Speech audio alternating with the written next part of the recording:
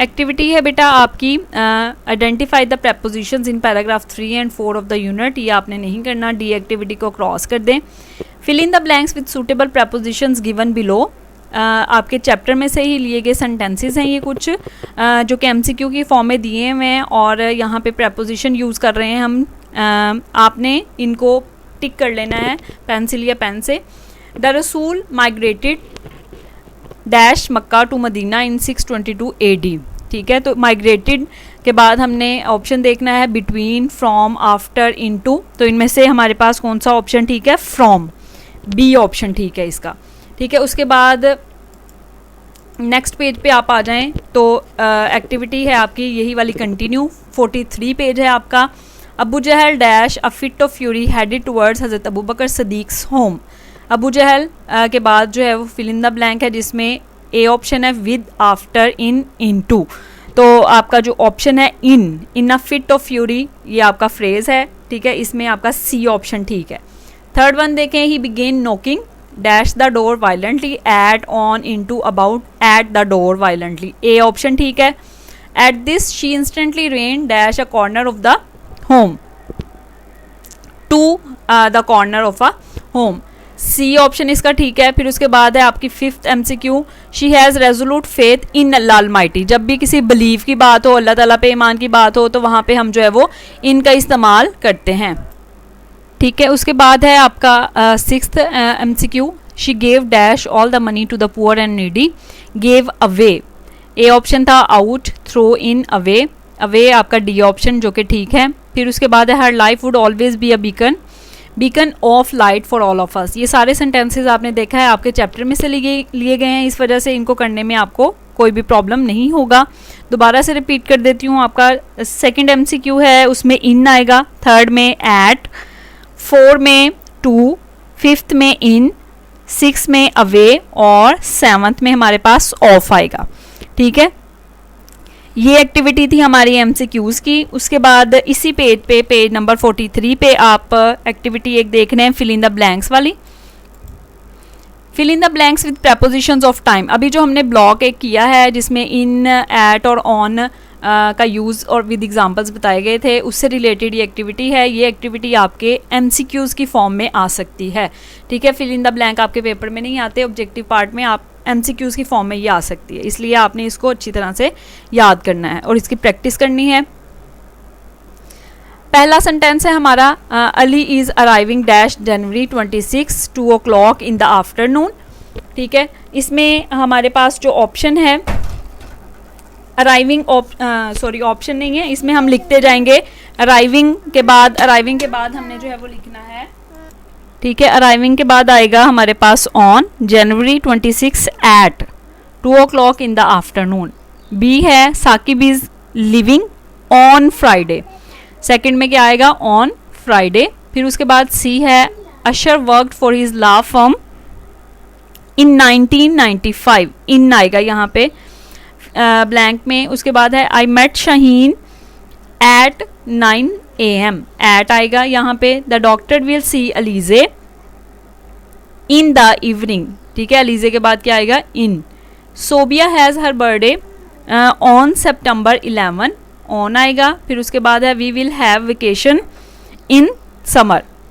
ठीक हो गया। ये एक्टिविटी एफ है, इसको दोबारा से मैं सिर्फ ब्लैंक रिपीट कर देती हूँ। लफ्ज़ जो आएंगे यहाँ पे, पहला है पहली ए में आएंगे, पहली फिल इन द ब्लैंक में ऑन, और उसके बाद 26 के बाद एट। बी में आपका जो ब्लैंक है वहाँ पे ऑन, फिर उसके बाद सी में in, D at, E in, F on, G in. ठीक है, ये आपकी एक्टिविटी थी फिल इन द ब्लैंक की, जो एमसीक्यूज की फॉर्म में आपके पेपर में आएगी। जी एक्टिविटी है punctuate the following using capital letters, commas and full stop. ये एक्टिविटी आपने जो है वो आपके चूँकि पेपर में इससे रिलेटेड कोई भी क्वेश्चन नहीं आता, ना ऑब्जेक्टिव में ना सब्जेक्टिव में, इसलिए इसको आपने क्रॉस कर देना है।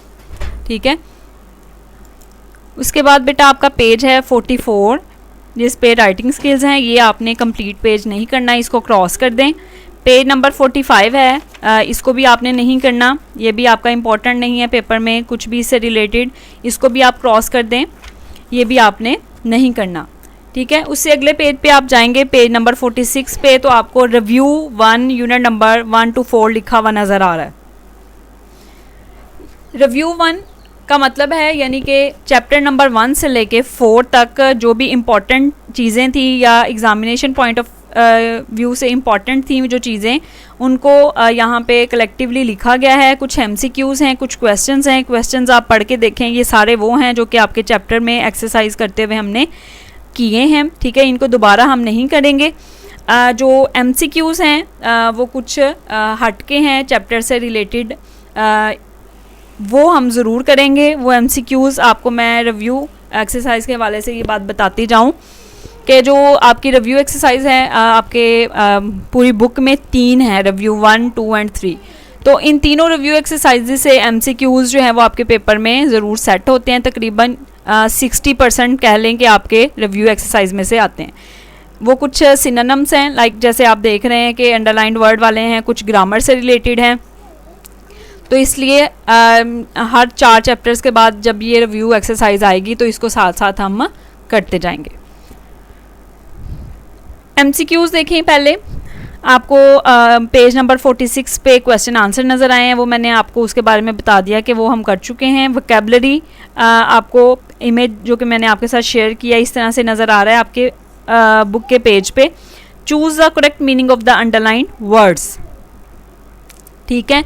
आपके पास ये MCQs हैं, 7 MCQs हैं आपके सिनोनिम्स यानी कि अंडरलाइंड वर्ड्स वाले, और बाकी के MCQs हैं आपके 10 ग्रामर से रिलेटेड, ठीक है। इनको भी आपने अपनी बुक पे ही मार्क कर लेना है पेन या पेंसिल के साथ, और इनको अच्छी तरह से आपने याद करना है, ठीक है। फर्स्ट हमारा MCQ है, it was so delicate situation. ये हमने चैप्टर में भी पढ़ा। अब हम जो है वो ग्लॉसरी से रिलेटेड जो MCQs हमने प्रीवियस किए हैं उनमें भी हमने पढ़ा है। इससे आपको अंदाज़ा हो जाना चाहिए कि ये कितना इम्पॉर्टेंट MCQ है हमारा। It was so delicate situation, option है डिफ़िकल्ट, ईजी, सेंसिटिव, फ्रिगाइल। आपका ऑप्शन ए ठीक है, difficult. She remained steadfast and did not reveal the secret. Steadfast का मतलब है साबित कदम होना। स्टेडफास्ट का मतलब है फर्म एंड रेजोल्यूट, ठीक है, पुख्ता जो है वो या पक्का होना। विंडिक्टिव है अगला वर्ड हमारा। विंडिक्टिव मीन्स, विंडिक्टिव इंतकाम से भरपूर, डेडिकेट, रिवेंजफुल, एक्सपेरिमेंट, टेक्स्ट। आपका ऑप्शन हमारे पास ठीक है बी, रिवेंजफुल। उसके बाद नेक्स्ट देखें, आपका 4th MCQ है अस्टॉनिश मीन्स। अस्टॉनिश का मतलब होता है हैरत ज़दा होना, हैरान होना। Make, mix, separate, surprise. आपका ऑप्शन जो है वो ठीक है यहाँ पे, सरप्राइज, डी ऑप्शन ठीक है। The students are all geared up. Geared up का मतलब है रेडी, तैयार होना। ए ऑप्शन है हमारा रेडी, साइलेंट, मोटिवेटेड, कीन। ए ऑप्शन ठीक है यहाँ पे हमारा रेडी। 6th है their eloquence and memory found expression in their poetry. Eloquence का मतलब जैसे कि आपको पता है खुश बयानी या खुश गुफ्तारी है। ऑप्शन है हमारे पास वीक, स्ट्रॉन्ग, हेल्दी, फ्लुएंसी। तो यहाँ पे हमारे पास वर्ड ठीक है D option, fluency. Devotion means लगन या अकीदत। उर्दू में loyalty, glamorous, easy to know, difficult to know. Loyalty आपका वर्ड ए ऑप्शन जो है वो ठीक है इसके लिए। आपने देखा है कि ये यूनिट नंबर 1 से 4 तक मिक्स होके आपको MCQs आए हैं, ठीक है। तो इसलिए ये जो इम्पॉर्टेंट वन है वो आप रिव्यू एक्सरसाइज में दिए जाते हैं, इनको आपने अच्छे तरीके से तैयार करना है। ग्रामर से रिलेटेड हमारे पास जो MCQs हैं उनको भी हम देख लेते हैं। पेज नंबर 47 पे ही आपकी ग्रामर वाली एक्टिविटी है, चूज़ द करेक्ट ऑप्शन। आपको मैंने जैसे कि बताया था आपका जो ऑब्जेक्टिव पार्ट है वो आपका जो है वो 4 पार्ट्स में मज़ीद डिवाइड होता है। तो जो लास्ट वाला पोर्शन होता है हमारा डी पोर्शन जो कि ग्रामर से रिलेटेड होता है, उसमें ये वाले MCQs आते हैं, ठीक है। फर्स्ट हमारा एमसीक्यू है वैलियर। वैलियर इज़ अभी हमने एब्स्ट्रैक्ट नाउन के बारे में पढ़ा है कि वैलियर क्या है, बहादुरी। Material noun, countable noun, abstract noun, uncountable noun. C option ठीक है यहाँ पे हमारा abstract noun. Some are born great. Some word यहाँ पे क्या शो कर रहा है, the underline word is a possessive pronoun, indefinite pronoun, reflexive, personal. Some यानी कि हमें वाज़िया नहीं है, डेफिनेट नहीं है यहाँ पे कि किसके बारे में बात की जा रही है, इसलिए ये क्या है, एक indefinite pronoun. My mother will be dash if I get home late. My mother will be anxious. ठीक है, बी ऑप्शन इसका ठीक है। फर्स्ट का सी है, सेकंड का हमारे पास जो है बी ऑप्शन ठीक है, थर्ड वन जो है उसका बी ऑप्शन ठीक है। उसके बाद आप लोग आ जाएं पेज नंबर 48 अपनी टेक्स्ट बुक की पेज नंबर 48 पे, जहाँ इसके बाकी एमसीक्यूज़ हैं। Saqib is living on Friday at noon. ठीक है, फिर है we are studying dash English. Option है a and the, none of these. None of these D option हमारा जो है वो ठीक है। इसके साथ कोई सा भी आर्टिकल जो है वो पुट हम नहीं करते। फिर उसके बाद देखें sixth one, how cold the night is. किस कदर रात ठंडी है। This is a dash sentence. Sentences की टाइप्स भी हमने जो है वो चैप्टर की एक्सरसाइज करते हुए पढ़ी थी। असर्टिव, इंट्रोगेटिव, एक्सक्लेमेटरी या इम्पेरेटिव। ये है हमारे पास एक्सक्लेमेटरी सेंटेंस। सी ऑप्शन ठीक है हमारा। सेवंथ देखें, I dash you ride my bike if you like. I dash you ride my bike, ये कंडीशनल सेंटेंसेज हैं, अभी हमने नहीं किए, ये हम जो है वो एक्सरसाइज करते हुए करेंगे। यूनिट नंबर 1 में हमने इसको स्किप किया था। इसका एमसीक्यू अभी हम कर लेते हैं, बाकी इसके बारे में डिटेल में आपको मैं बाद में गाइड कर दूंगी। विल गिव, सी ऑप्शन इसका ठीक है। You dash be punctual, you should be punctual, B option इसका ठीक है। फिर उसके बाद इसी पेज पे हमारे नेक्स्ट एमसीक्यूज़ हैं। The boy laughs loudly. Laughs, the underline word is a intransitive verb, regular verb, transitive verb या इरेगुलर वर्ब। ठीक है, इंट्रांसिटिव और ट्रांजिटिव के बारे में मैं आपको थोड़ा सा गाइड कर दूं कि किसी भी सेंटेंस में 3 बेसिक पार्ट्स होते हैं उसके, सब्जेक्ट, वर्ब और ऑब्जेक्ट। जब हमारे पास किसी सेंटेंस में सब्जेक्ट और वर्ब है, सिर्फ ऑब्जेक्ट नहीं है, जैसे ही प्लेज, ठीक है, और ही प्लेज फुटबॉल, इसमें तीनों हैं, ही प्लेज इसमें 2 हैं, लाइक इसमें सब्जेक्ट है और वर्ब है। जब हमारे पास कोई भी सेंटेंस जो है वो ऑब्जेक्ट के बगैर होगा, वो वर्ब क्या कहलाएगा, इंट्रांजिटिव वर्ब, और जब ऑब्जेक्ट होगा मौजूद तो वो वर्ब क्या कहलाएगा, transitive verb. The boy laughs loudly, laughs यहाँ पे हमारे पास जो वर्ड है वो क्या है हमारे पास, इंट्रांजिटिव, क्योंकि इसका ऑब्जेक्ट मौजूद नहीं है। ए ऑप्शन ठीक है इसका। Open the window, the passive voice of this sentence is, passive voice अभी हमने नहीं किए, इसलिए इसके बारे में बाद में गाइड करूँगी मैं आपको। एमसीक्यू इसका कर लें। Open the window, let the window be opened, C option इसका ठीक है। ठीक हो गया, ये आपकी रिव्यू एक्सरसाइज थी, जिसमें से एक आध कॉन्सेप्ट ऐसा है जो कि डिटेल में अभी हम बाद में डिस्कस करेंगे। इसको आपने अच्छे तरीके से प्रिपेयर करना है ताकि आपके पेपर में, टर्म टेस्ट में या एनुअल पेपर में अगर ये आते हैं तो आपको ये अच्छी तरह से आते हों, कोई मिस्टेक ना हो। टेक्स्ट बुक का काम करते हुए हमने क्वेश्चन आंसर्स किए हैं यूनिट नंबर 4 के 3, वो आपने अपनी नोटबुक में लिखने हैं याद करके। यूनिट नंबर 4 के ही हमने वर्क पेजेस की कुछ एक्टिविटीज़ जो कि करनी है, जो नहीं करनी उनको मैंने क्रॉस करवा दिया है, जो करवाई हैं उनको आपने मार्क करके अच्छी तरह से याद करना है, लिखना नहीं है। इसी तरह से हमने जो है वो रिव्यू एक्सरसाइज जो की है, एमसीक्यूज़ इसके, वो भी आपने सिर्फ याद करने हैं, लिखने नहीं हैं। कोई प्रॉब्लम हो इन एक्टिविटीज़ के हवाले से, क्योंकि कुछ कॉन्सेप्ट ऐसे थे जो कि नए थे आपके लिए बिल्कुल, कुछ ग्रामर के कॉन्सेप्ट्स थे, उनमें अगर कोई समझने में कोई प्रॉब्लम हुआ हो तो वो आप मुझसे ज़रूर पूछ सकते हैं। ग्रामर एंड कंपोजिशन में हम जो है वो कंप्रीहेंशन कंटिन्यू किया हुआ है हमने, कंप्रीहेंशन पैसेजेस को। कंप्रीहेंशन पैसेज नंबर हमने जो है वो आज 7 करना है, जो कि इकबाल से रिलेटेड है। Iqbal is not only the greatest poet of our age but also one of the greatest poets of all times.